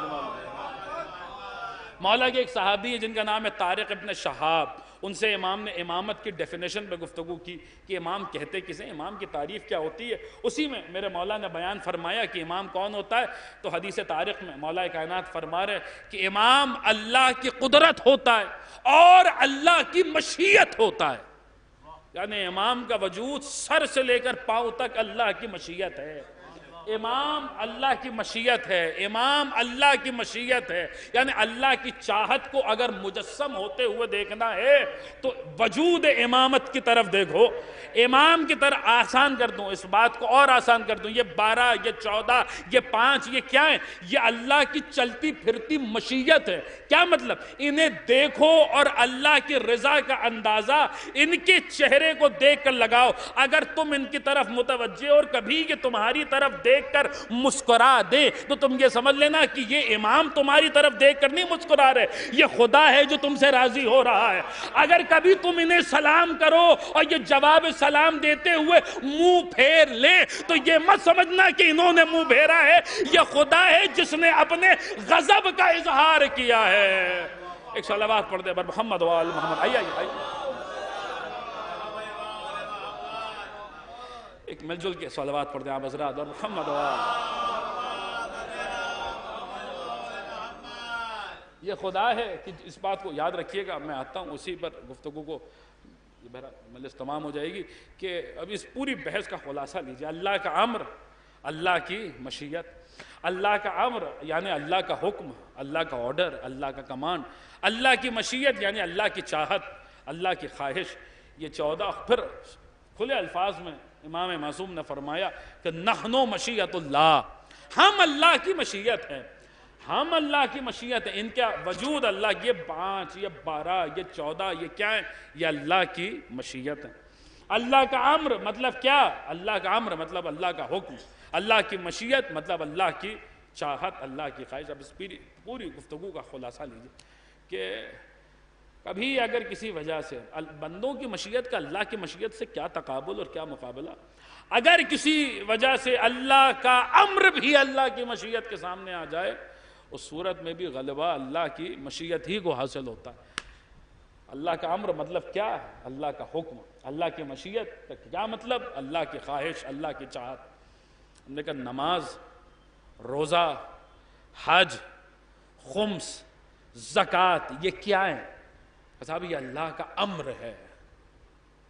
ہم نے کہا نبی، علی، فاطمہ، حسن، حسین، یہ کیا ہے؟ کہا یہ اللہ کی مشیت ہے۔ یہ جو حضرات ابھی بھی نہیں پہنچے اور آسان کر دوں، نماز، روزہ، حج، خمس، زکوٰۃ، یہ کیا ہے؟ یہ اللہ کا امر ہے۔ نبی، علی، فاطمہ، حسن، حسین، یہ کیا ہے؟ یہ اللہ کی مشیت۔ یعنی ایک بات سمجھ میں آئی کہ زکوٰۃ امر ہے، رسول مشیت ہے، خمس امر ہے، علی مشیت ہے، حج امر ہے، سیدہ مشیت ہیں، روزہ امر ہے، حسن مشیت ہیں، نماز امر ہے، حسین مشیت ہیں۔ نماز امر ہے، حسین مشیت ہے، نماز امر ہے، حسین مشیت ہے۔ اگر نہ یقین ہے تو آئیے اور آ کر دیکھ لیجئے، رسول حالت سجدہ میں ہیں اور ننھا سا شہزادہ آیا اور آ کے پشت پہ سوار ہو گیا۔ اب جب تلک حسین اپنی مرضی سے نہیں اتریں گے، رسول کہتے رہیں گے سبحان ربی الاعلی، سبحان ربی الاعلی، سبحان ربی الاعلی و بحمدہ۔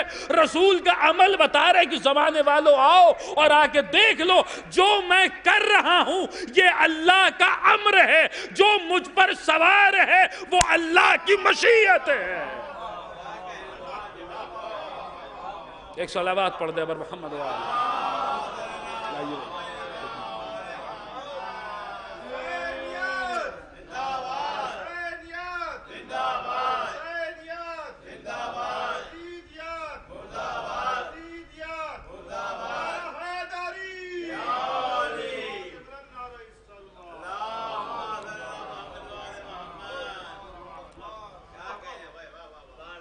دیکھیے یہی وہ مشیت ہے کہ جس کے لیے کہا گیا کہ خلق اللہ الاشیاء بالمشیہ، اللہ نے ہر شے کو مشیت کے ذریعے خلق کیا ہے، اور مشیت کو کسی شے کے ذریعے خلق نہیں کیا بلکہ اس علی کل شیء قدیر نے مشیت کو لا شے سے خلق کیا، ہر شے کو مشیت کے ذریعے خلق کیا گیا۔ اب سنیے وہ ایک بات میں نے آپ کی خدمت میں عرض کی تھی، پر دلیل لے لیجئے اور گفتگو تمام ہے۔ یہ مشیت ہے، کیا مطلب؟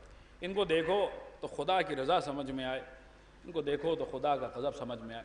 میں آپ کی خدمت میں عرض کروں، چونکہ دعا وہ آیت دعا کے سلسلے میں ہی لی تھی شروعات میں، تو جتنی دعائیں ہمارے یہاں پڑھی جاتی ہیں ان میں سے ایک بہت ہی مشہور دعا ہے دعائے کمیل، اور دعائے کمیل میرے خیال سے تمام مومنین پڑھتے ہوں گے، اور رہا شب جمعہ جو مساجد میں بارگاہوں میں پڑھی جاتی ہے۔ دعائے کمیل جو کہ اتنی مشہور دعا ہے، اس کا جو سب سے مشہور جملہ ہے، اگر میں پورا یقین ہے اگر اس مجمع میں کسی سے پوچھا جائے کہ دعائے کمیل کا کوئی ایک جملہ سنائیے تو پورا یقین ہے کہ ہر آدمی یہی جملہ پڑھے گا۔ جو دعائے کمیل کا سب سے شہرت رکھنے والا جو ہے وہ حصہ ہے کہ دعائے کمیل میں کہا گیا یا سریع الرضا، اے جلد راضی ہونے والے۔ سنیے اور بہت جلدی گفتگو کو تمام کروں کہ اے جلد راضی ہونے والے، یا سریع الرضا، اے جلد راضی ہونے والے۔ کبھی آپ نے غور کیا ہے کہ اس کا مطلب کیا ہے کہ اے جلد راضی ہونے والے، اس کا کیا مطلب ہے؟ اچھا اللہ کے راضی ہونے کا کیا مطلب ہے، اور اللہ کے غضب کا کیا مطلب ہے، اور اللہ کی رضا کا کیا مطلب ہے؟ کیا اللہ ویسے راضی ہوتا ہے جیسے ہم آپ راضی ہوتے ہیں، اور اللہ ویسے ناراض ہوتا ہے جیسے ہم آپ ناراض ہوتے ہیں؟ کہ مثلا ہمارے آپ کے تعلقات بڑے اچھے ہیں، مراسم بڑے اچھے ہیں، اور آپ جو ہیں وہ کہیں بھی ہمارا ذکر ہوتا ہے تو ذکر خیر کرنے سے آپ پیچھے نہیں رہتے، اور جہاں جہاں بڑے اچھے تعلقات ہیں، بڑے اچھے مراسم ہیں، خدا نخواستہ کچھ کشیدگی آ گئی، کچھ ہو گیا، اور پھر اب اگر آپ کے سامنے ذکر ہو رہا ہے تو آپ اگر ذکر خیر نہیں بھی کر رہے ہیں تو آپ کے چہرے پر کی رنگت بتا رہی ہے کہ بھائی کچھ معاملات اب ویسے نہیں رہے جیسے پہلے تھے۔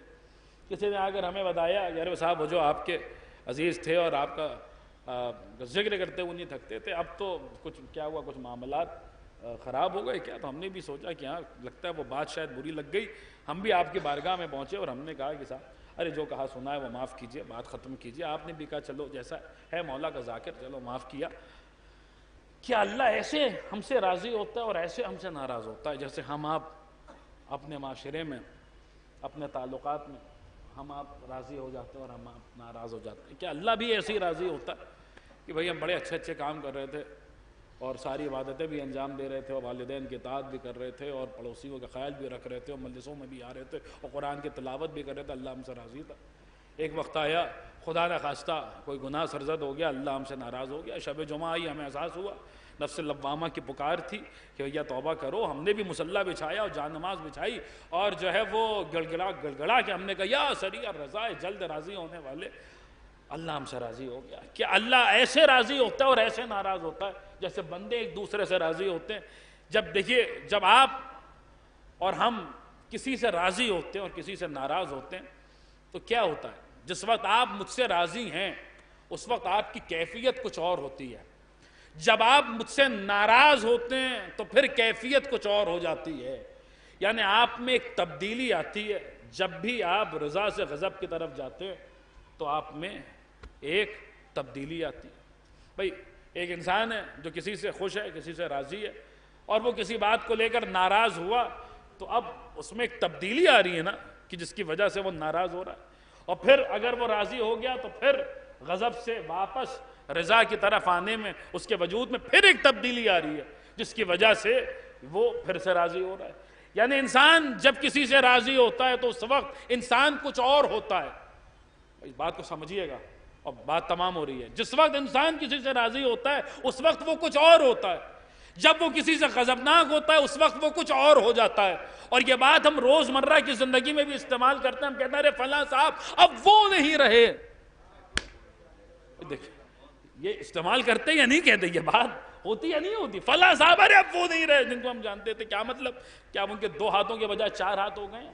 2 آنکھوں کے بجائے 4 آنکھیں ہو گئی ہیں؟ کیا ہو گیا ہے؟ ان کا نہیں صاحب اب وہ ویسے نہیں رہے گا. کیا مطلب؟ پہلے ہم سے راضی تھے اب کچھ کشیدگی آ گئی ہے. تو کیا اللہ بھی ایسے ہی یہی معاملات ہیں؟ اللہ جب ہم عبادتیں انجام دے رہے ہیں، اللہ ہم اچھے کام کر رہے ہیں، اللہ ہم سے راضی ہے. خدا نہ خواستہ کوئی گناہ ہوا، اللہ ہم سے ناراض ہو گیا، تو کیا کوئی اللہ کے لیے کہہ سکتا ہے کہ اب اللہ وہ نہیں رہا؟ سنیے ان باتوں پہ بھی ذرا غور فرمائیے. کیا ہم کہہ سکتے ہیں کہ اب تو بھائی وہ نہیں رہا جسے ہم جانتے تھے؟ کیا ایسا ہو سکتا ہے؟ دیکھیے یاد رکھیے تبدیلی بندوں میں تو آ سکتی ہے مگر خدا میں نہیں آ سکتی. تو پھر خدا کی رضا اور خدا کے غضب کو کیسے سمجھیں؟ جب بھی کوئی رضا سے غضب کی طرف جائے گا اس میں تبدیلی آئے گی، اور جب بھی کوئی غضب سے رضا کی طرف جائے گا اس میں تبدیلی آئے گی. تبدیلی بندوں میں تو آ سکتی ہے مگر خدا میں نہیں آ سکتی. تو اس بات کو کیسے سمجھیں؟ کون سمجھائے گا اس بات کو؟ واقعاً اگر آل محمد نہ ہوتے تو یہ باتیں کون سمجھاتا؟ یاد رکھیے گا یہ جو ہم پر الزام لگاتے کفر و شرک کا، وہ جن کا خدا ان کی صحیح ترین کتاب کے مطابق اپنا پاؤں جہنم میں ڈال دے گا روز محشر، وہ ہم پر کفر و شرک کا بہتان لگاتے. آئیں ذرا میدان میں آئیں، ان باتوں کو ذرا سمجھائیں تو صحیح کہ اللہ کے رضا کے معنی کیا ہیں اور اللہ کے غضب کے معنی کیا ہیں.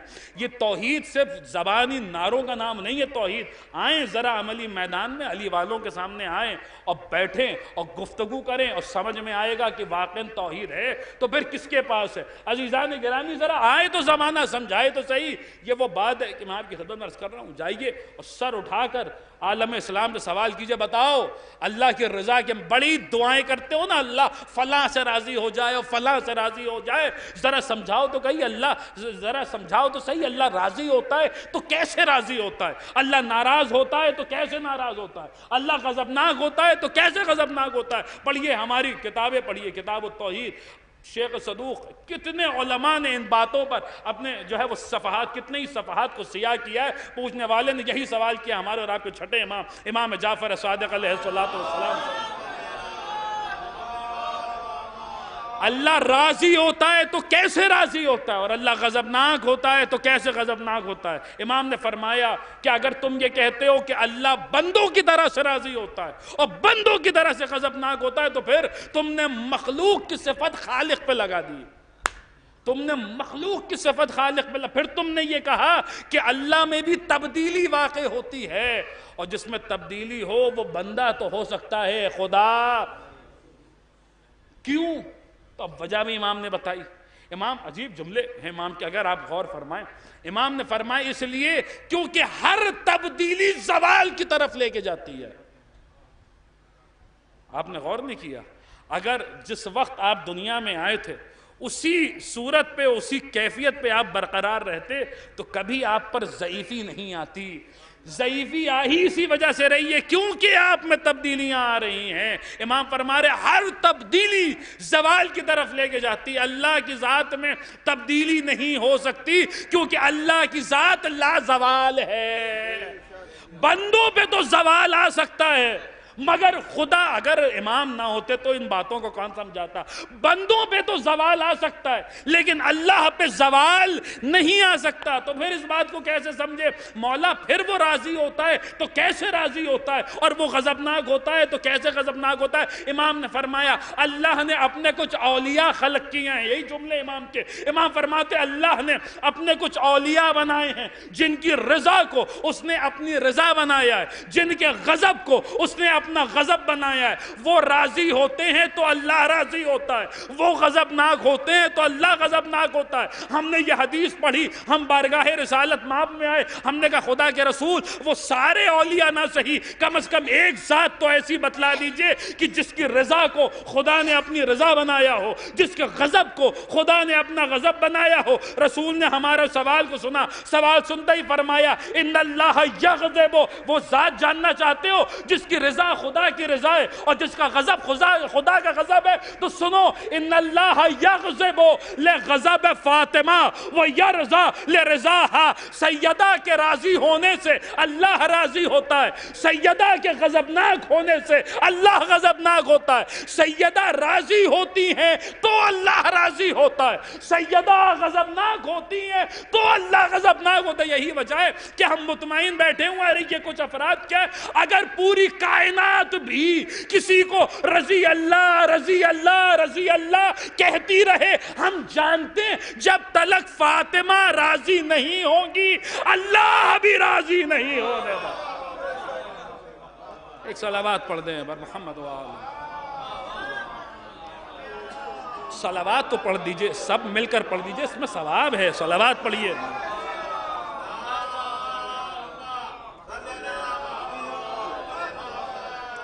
یاد رکھیے اس سے بڑا بخیل کوئی نہیں ہے. میری زبان میں نہیں کہ رسول اللہ کا ارشاد ہے، اس سے بڑا بخیل کون ہوگا جو صلوات پڑھنے میں بخل کرے.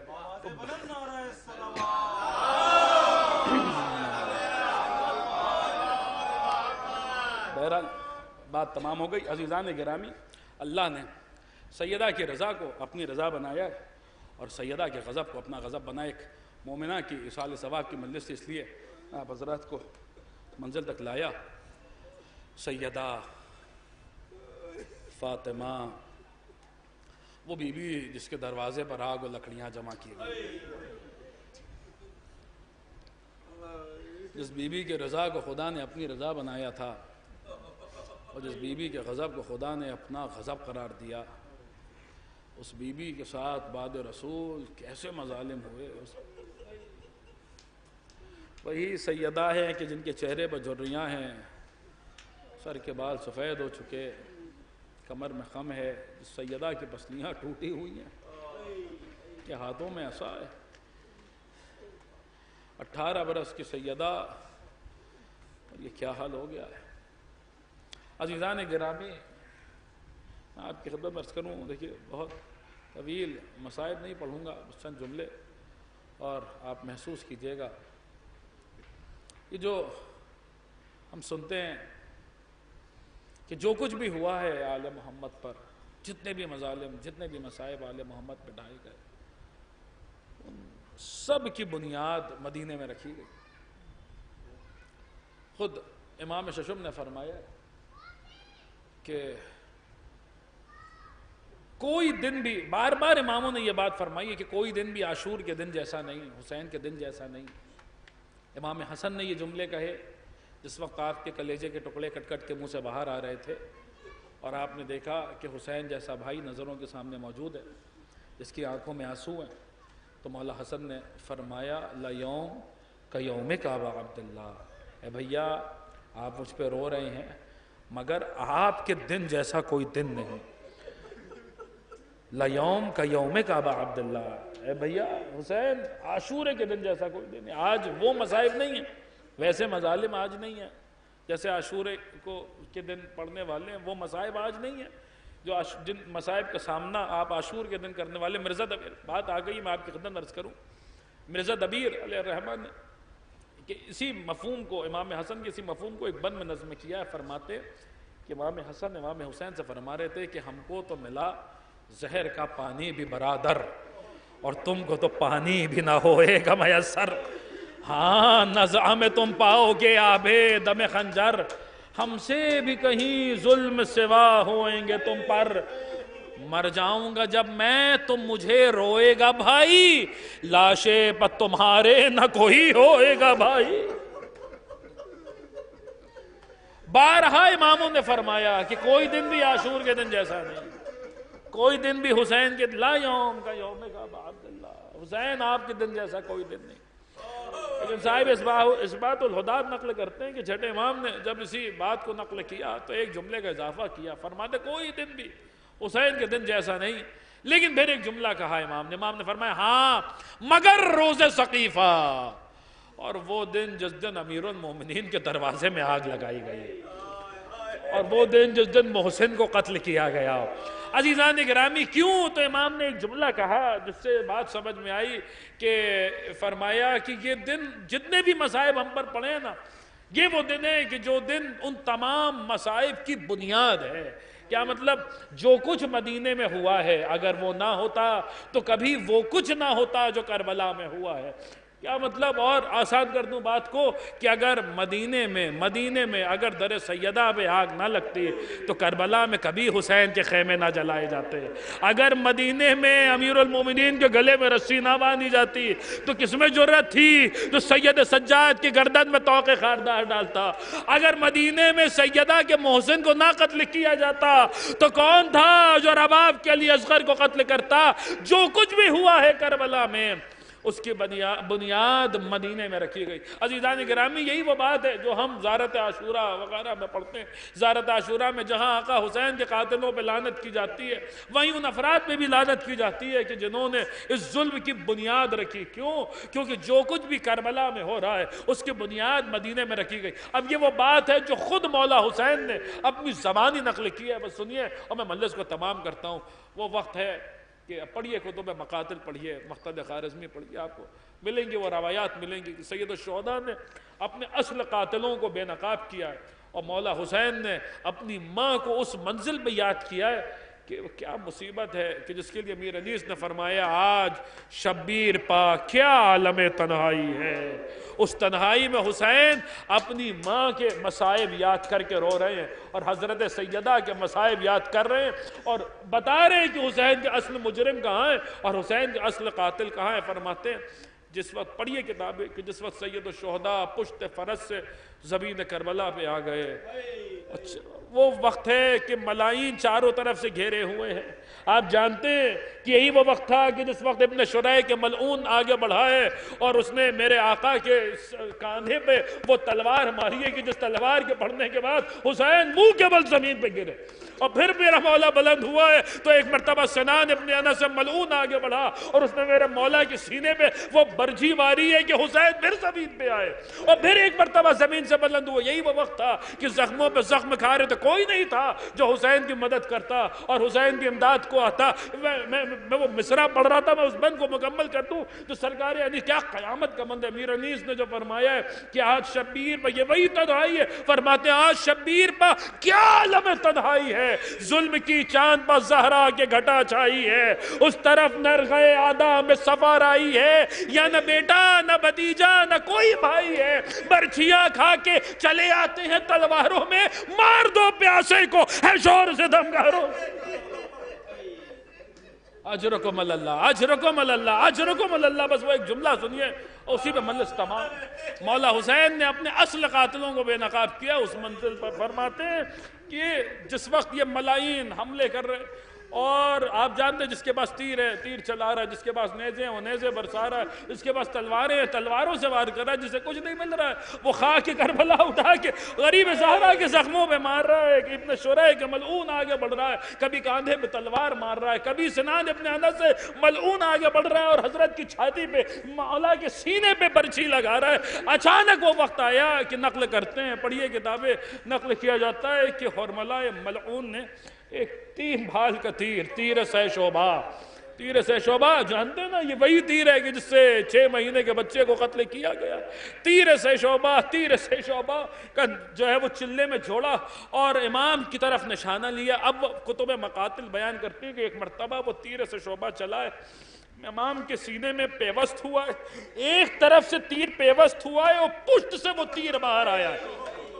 اب جو منظر نقل کیا ہے وہ بہت دردناک ہے. میں صرف وہ اشارتاً آپ کی خدمت میں نقل کیے تو میں ان الفاظ میں شاید ہی پڑھ پاؤں. سنیے اور گریہ فرمائی. یاد رکھیں یہی آنسو ہیں جو ہمارے لیے بھی ذریعہ نجات ہے اور مرحومہ کے لیے بھی ان کی نجات کا ذریعہ ہیں، اور یہی وہ آنسو ہے، یہی وہ ذکر ہے کہ جس ذکر کے ذریعے جو ہمارے ہر غم کا مداوا ہے اور ہر جو ہے مصیبت کے لیے یہی ذکر دوا ہے.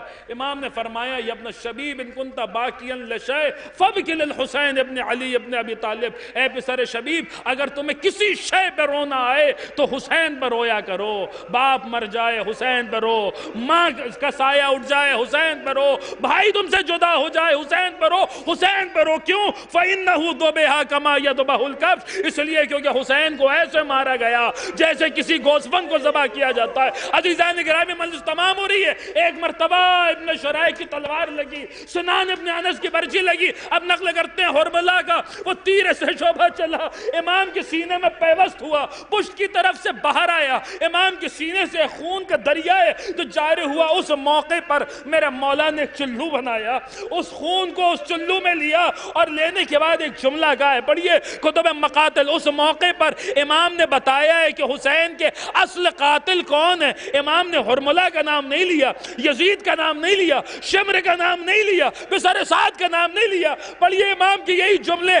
ایسے موقع پر حسین کو حسین کی ماں یاد آئی ہے اور آقا نے فرمایا بسم اللہ وباللہ وعلی ملت رسول اللہ یا رسول اللہ انا قتلنی فلان و فلان. اپنے نانا کو مخاطب کر کے کہا اے نانا جاہد، اے خدا کے رسول، اپنی ماں کے قاتلوں کا نام لے کر حسین نے کہا کہ بے شک مجھے فلاں اور فلاں نے قتل کیا ہے، مجھے فلاں اور فلاں نے قتل کیا. گویا حسین سمجھا رہے ارے تم کیا سمجھتے ہو، حسین آج قتل ہو رہے، حسین کا اصل قتل تو اسی دن ہو گیا تھا جس دن سیدہ کے دروازے پہ آگ و لکڑیاں جمع کی گئی، جب سیدہ کی مچھلیاں توڑی گئی، جب محسن کو قتل کیا گیا، جب سیدہ کے بازو پہ قنفذ بلعود کا تعزیہ.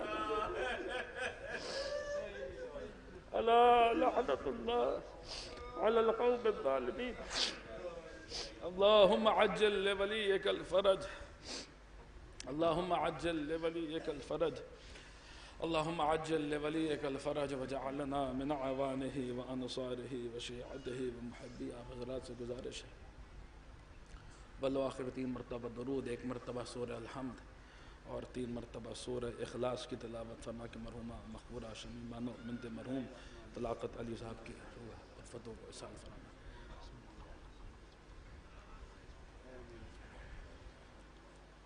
بسم اللہ الرحمن الرحیم.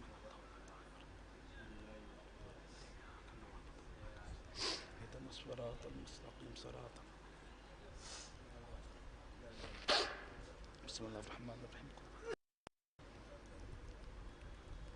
بسم اللہ الرحمن الرحیم.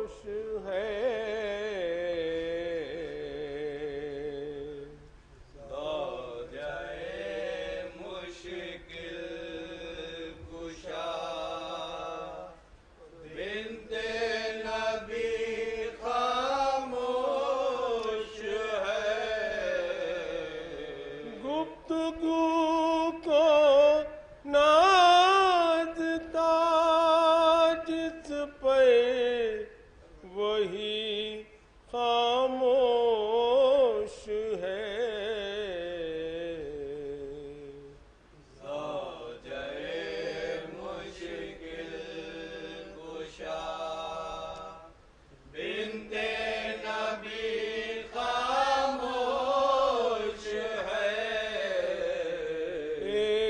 سناٹا ہے دو عالم میں چپ ہے کائنات. ایک سناٹا ہے دو عالم میں چپ ہے کائنات. فاطمہ کی وہ صدائیں ماتمی خاموش ہے.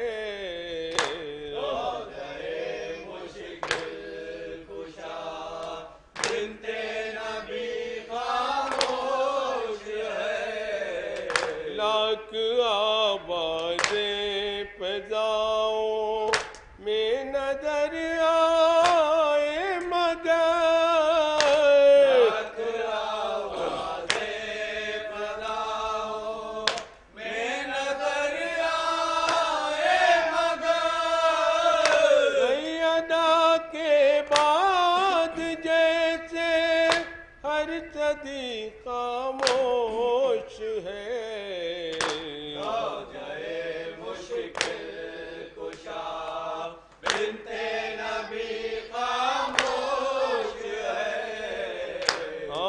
سے آنسو رواں ہے دل سے اٹھتا ہے دعا. آنکھ سے آنسو رواں ہے دل سے اٹھتا ہے دعا. مرضی معبود ہے قلب علی خاموش ہے.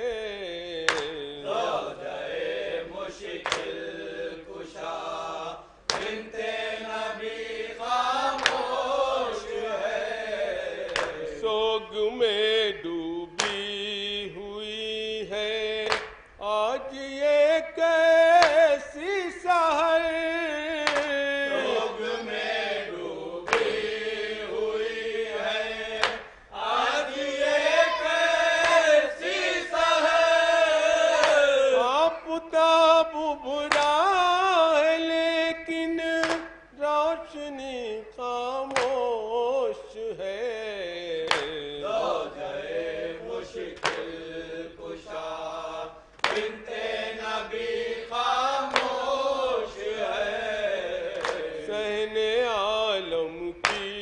سماعت کیوں نہ ہو غمگین آئے. عالم کی سماعت کیوں نہ ہو غمگین آئے. وہ صدا تسبیح کی وہ بندگی خاموش ہے.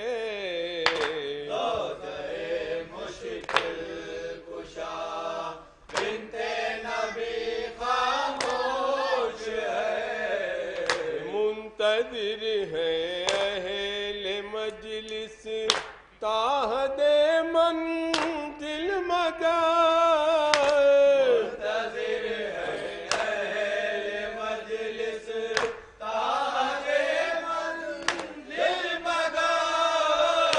لوح گر خاموش ہے لوحہ گری خاموش ہے.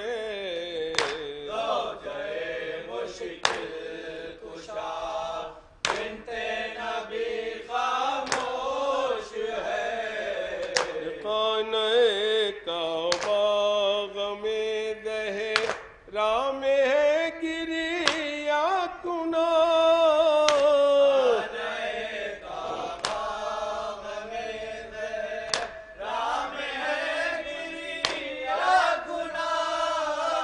کلمہ توحید کا ہر پہ جلی خاموش ہے.